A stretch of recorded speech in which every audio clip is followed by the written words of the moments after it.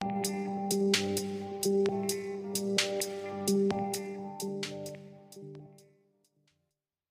Students, welcome you all in our periwinkle 555 YouTube channel. तो आज हम बात करने वाले हैं क्लास 10th के साइंस पेपर 2 के लेसन नंबर 3 के बारे में, that is life processes in a living organism part 2। तो इसकी पहली की वीडियो में हमने फ्रेगमेंटेशन एंड रीजनरेशन के बारे में डिस्कस किया। जो असेक्सुअल रिप्रोडक्शन जो मल्टीसेलुलर ऑर्गेनिज्म में होता है उसमें से फ्रेगमेंटेशन एंड रीजनरेशन के बारे में हमने डिस्कस किया। लेकिन इस वीडियो में हम budding, vegetative propagation and spore formation के बारे में डिस्कस करेंगे। तो चलिए वीडियो को हम शुरू करते हैं। जो थर्ड टाइप जो है asexual reproduction in multicellular organism, उसमें दैट इज़ बडिंग। अभी यहाँ पर एग्ज़ाम में बच्चे बहुत कंफ्यूज हो जाते हैं या फिर उनको लगता है कि एग्ज़ाम में अगर क्वेश्चन पूछेंगे तो हम किस तरह से याद रखें। मतलब जो बडिंग जो है, बडिंग ये टाइटल जो है इसमें भी हमने देखा कि asexual reproduction in unicellular organism, उसमें भी ईस्ट के बारे में बडिंग की प्रोसेस बताई गई है और यहाँ पर भी बडिंग दिया है। तो डोंट वरी, एग्ज़ाम में आपको क्वेश्चन जो है वो बोर्ड प्रिसाइजली पूछते हैं। बडिंग इन हाइड्रा करके ऐसे जब क्वेश्चन आता है तब आपको ये मल्टीसेलुलर ऑर्गेनिजम्स में जो बडिंग होता है वो आपको लिखना है। और जब क्वेश्चन पूछा जाएगा budding in case of the east, तब आपको असेक्सुअल रिप्रोडक्शन में यूनिसेलुलर ऑर्गेनिज्म में होने वाले बडिंग के बारे में वहाँ पर लिखना है। तो चलिए, यहाँ पर कन्फ्यूजन तो दूर हो गया। शॉर्ट नोट के लिए ये सारे क्वेश्चन आते हैं, ये इंपॉर्टेंट है 2 मार्क्स के लिए। तो चलिए हम देखते हैं, that is budding. In case of the hydra, under favourable conditions at specific part of its body and outgrowth is formed by repeated division. Hydra जो है, हाइड्रा फर्स्ट ऑफ ऑल एक माइक्रोब्स है, माइक्रो ऑर्गेनिज्म है जिसे हम कहते हैं। Hydra जो है वो एक माइक्रो ऑर्गेनिज्म है। उसमें क्या होता है, इन case of the hydra under the favourable condition, favourable condition जब उसको अबंडेंट फूड अवेलेबल है, टेम्परेचर अच्छा है, पीएच अच्छा है पानी का, तब फेवरेबल कंडीशन में एट स्पेसिफिक पार्ट, जो उसकी बॉडी का जो स्पेसिफिक पार्ट है, तो वो क्या शो करता है, an outgrowth is a form by repeated division. उसमें भी क्या हो जाता है, उस स्पेसिफिक पार्ट में एक आउटग्रोथ आ जाती है रिपीटेड डिवीजन से। Okay, of the regenerative cells, ये यहाँ पर लिखना है, regenerative cells of the body wall. Body की जो वॉल है या फिर एक्सटर्नल कवरिंग है, उससे ही ये रीजनरेटिव सेल से एक आउटग्रोथ यहाँ पर आपको दिखाई देती है। तो ये आउटग्रोथ यहाँ पर आ जाती है। This outgrowth is called as a bud. तो ये पहले आपको लिखना है। कभी कभी डिफाइन के लिए भी आपको क्वेश्चन आ जाता है बड। सो उस वक्त आपको यही कंटेंट आप लिख सकते हैं, बड क्या कहते हैं या फिर किसे कहते हैं बड, हाइड्रा के बारे में। सो बड ग्रोज अप प्रोग्रेसिवली, ये जो बड है वो प्रोग्रेसिवली क्या हो जाता है, धीरे धीरे ग्रो हो जाता है and finally forms a small hydra. उससे एक छोटा सा हाइड्रा जो है, यहाँ पर देख सकते हैं थर्ड डायग्राम में, ये हाइड्रा जो है वो तैयार हो जाता है। Dermal layer and the digestive cavity of the budding hydra are in a continuity with those of the parent hydra. Parent hydra यानी कि ये जो ओरिजिनल हाइड्रा था, इसे हम पेरेंट हाइड्रा बोलेंगे। इसके ऊपर यहाँ पर सेकेंड डायग्राम में उसी के लेयर से, डर्मल लेयर से यहाँ पर क्या हो गया है, बड डेवलप हो गया। सो उन्होंने यही बताया, डर्मल लेयर, डर्मल लेयर यानी कि क्या, स्किन, डर्मा यानी कि स्किन, कवरिंग, जो कवरिंग है, कवरिंग का एरिया जो है, आउटर मोस्ट कवरिंग जो है, और डाइजेस्टिव कैविटी यानी कि डाइजेस्टिव सिस्टम जो है इसकी, और उस ये नए वाले जो हाइड्रा जो तैयार हो रहा है यहाँ पर डेवलप हो गया, उसकी डाइजेस्टिव सिस्टम क्या रहती है, एक रहती है, कंटिन्यूटी रहती है उसमें। So continuity with those of the parent hydra. Parent hydra supplies nutrition to the budding hydra. Parent hydra क्या करता है, उस बडिंग हाइड्रा मतलब नए वाले हाइड्रा को, जो बड से तैयार हो गया है, उसको न्यूट्रिशन सप्लाई करने का काम करता है। Budding hydra separates from the parent hydra and starts to lead an independent life when it grows up and becomes able to lead an independent life। तो ये जो बड है, सो बडिंग जो है वो बड हाइड्रा जो है, नेसेंट हाइड्रा जिसे कहा जाता है। सो नेसेंट हाइड्रा हम कह सकते हैं। Budding hydra separates from the parent, ये जो है वो क्या हो जाता है बाद में पेरेंट से यानी कि इस बॉडी से सेपरेट हो जाता है और इंडिपेंडेंट लाइफ जीने लगता है, जैसे ये पहले वाले जो हाइड्रा हमने देखा उस तरह से इंडिपेंडेंट लाइफ जीने लगता है। And when it grows up, ये भी जब ग्रो हो जाता है, मतलब ग्रो पूरी तरह से हो जाता है, इंडिपेंडेंट हो जाता है and becomes able to lead an independent life, तब ये इंडिपेंडेंट लाइफ उस पेरेंट्स की तरह ही जीने लगता है, पेरेंट हाइड्रा की तरह ही जीने लगता है। तो ये है बडिंग इन हाइड्रा। तो इसमें हमने देखा बडिंग इन हाइड्रा। नेक्स्ट जो है type that is vegetative propagation. अभी वेजिटेटिव प्रोपागेशन क्या है, यहाँ पर आपको डिफाइन के लिए भी क्वेश्चन कभी कभी पूछते हैं कि वेजिटेटिव प्रोपागेशन। तो वेजिटेटिव प्रोपागेशन क्या है देखते हैं। Reproduction in a plants with the help of the vegetative parts. Plants के जो वेजिटेटिव पार्ट्स है, जैसे कौन से पार्ट्स है, रूट्स है, स्टेम है, लीफ है एंड बर्ड। तो इन पार्ट्स को हम क्या कहेंगे, वेजिटेटिव पार्ट्स। इसको आपको अंडरलाइन करना है, रूट, स्टेम, लीफ एंड बड। सो ये चारों पार्ट्स आपको लिखने हैं। तो उन पार्ट को हम क्या कहेंगे, वेजिटेटिव पार्ट। और उस पार्ट से जो रिप्रोडक्शन होता है, उस रिप्रोडक्शन को हम क्या कहेंगे, वेजिटेटिव रिप्रोडक्शन।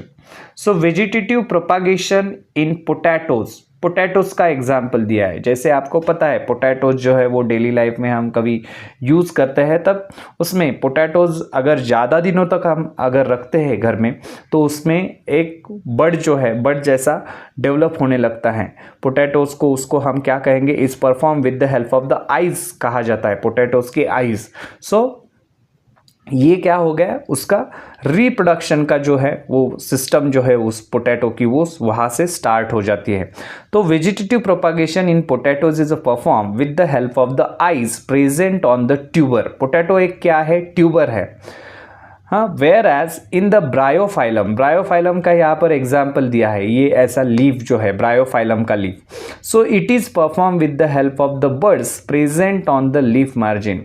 लीफ में यहाँ पर ऐसे बर्ड डेवलप हो जाते हैं और उससे लीफ मार्जिन से ही दूसरा यहाँ पर जो लीफ है वो आने लगता है या फिर तैयार हो जाता है। So in case of the plants like a sugar cane and the grasses का एग्जाम्पल दिया है या फिर शुगर केन का। तो vegetative propagation occurs with the help of the buds present on the nodes. बहुत सारे ग्रासेस है या फिर शुगर केन के बारे में आपने देखा होगा कि वहाँ पर भी उसमें बर्ड्स प्रेजेंट रहता है नोडल रीजन में। तो plants like a carrot and the radish performs the vegetative propagation with the help of the roots. So यहाँ पर कैरेट एंड रेडिश का एग्जाम्पल आपको दिया है, तो वो भी क्या करते हैं, वेजिटेटिव प्रोपागेशन परफॉर्म करते हैं रूट्स के माध्यम से। तो इस तरह से आपको ये सारे एग्जाम्पल्स एग्जाम में देने हैं। वेजिटेटिव प्रोपागेशन के बारे में बताना है, वेजिटेटिव प्रोपागेशन क्या है, वेजिटेटिव रिप्रोडक्शन किसे कहा जाता है, किस पार्ट से प्लांट के ये वेजिटेटिव प्रोपागेशन होता है, क्योंकि ये आपको जैसे पता है असेक्सुअल रिप्रोडक्शन हम देख रहे हैं, तो इसमें गैमेट्स वगैरह नहीं आएंगे। सो ये प्लांट्स के अलग अलग पार्ट्स से होने वाला जो है वो रिप्रोडक्शन है। तो चलिए नेक्स्ट पॉइंट को देखते हैं, दैट इज स्पोर फॉर्मेशन। अभी कभी एग्जाम में आपको 2 मार्क के लिए डायग्राम पूछी जाती है, draw a well labelled diagram of Mucor. तब आपको ये डायग्राम अच्छी तरह से याद करनी है, उसमें कौन कौन से पार्ट्स दिए हैं ये आपको देखना है। तो चलिए देखते हैं स्पोर फॉर्मेशन। तो इसमें यहाँ पर आपको एक एक्टिविटी दी है, try this, take a piece of wet bread or bhakri and keep it in the humid place. आपको जैसे पता है, जैसे मॉइस्चर है अभी के सीज़न में, आप करके देख सकते हैं।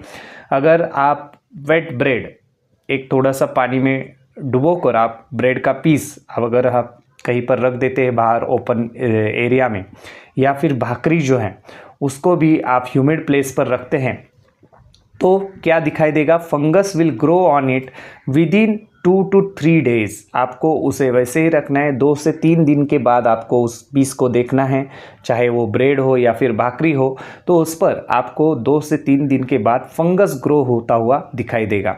So observe the fungus under the compound microscope. उस फंगस को लेकर आपको कंपाउंड माइक्रोस्कोप के नीचे देखना है एंड ड्रॉ इट्स डायग्राम, उसकी डायग्राम आपको ड्रॉ करने के लिए कहा है।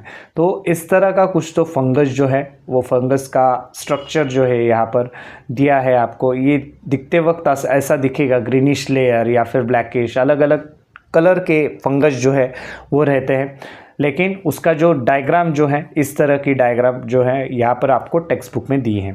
So fungi like a mucor have a filamentous body. जो फंगी है, म्यूकर का एग्जाम्पल जो यहाँ पर देख सकते हैं, सो उसकी बॉडी कैसे है, फिलामेंटस है। फिलामेंटस ऐसे लॉन्ग थ्रेड लाइक ऐसे यहाँ पर दिखते हैं, फिलामेंट्स यहाँ पर दिखते हैं। And they have a sporangia. Sporangia ये एक जो है ये सिंगुलर, उसको क्या कहेंगे, स्पोरेंजियम। और बहुत सारे ऐसे आपको यहाँ पर ग्लोब्यूलर पार्ट दिखाई दे रहे हैं, उसको क्या कहेंगे, स्पोरेंजिया। सो बहुत सारे ऐसे स्पोरेंजिया डेवलप करते हैं वो। Once the spores are form, अभी इस स्पोरेंजियम के अंदर या फिर स्पोरेंजिया जो है ये सारे, तो उनके अंदर जब स्पोर्स तैयार हो जाते हैं एक बार, तो क्या हो जाता है, स्पोरेंजिया बर्स्ट, ये स्पोरेंजिया बर्स्ट होते हैं, फूटते हैं एंड स्पोर्स आर रिलीज, और उसमें से स्पोर्स जो है वो रिलीज हो जाते हैं। So spores germinate in a moist and warm place.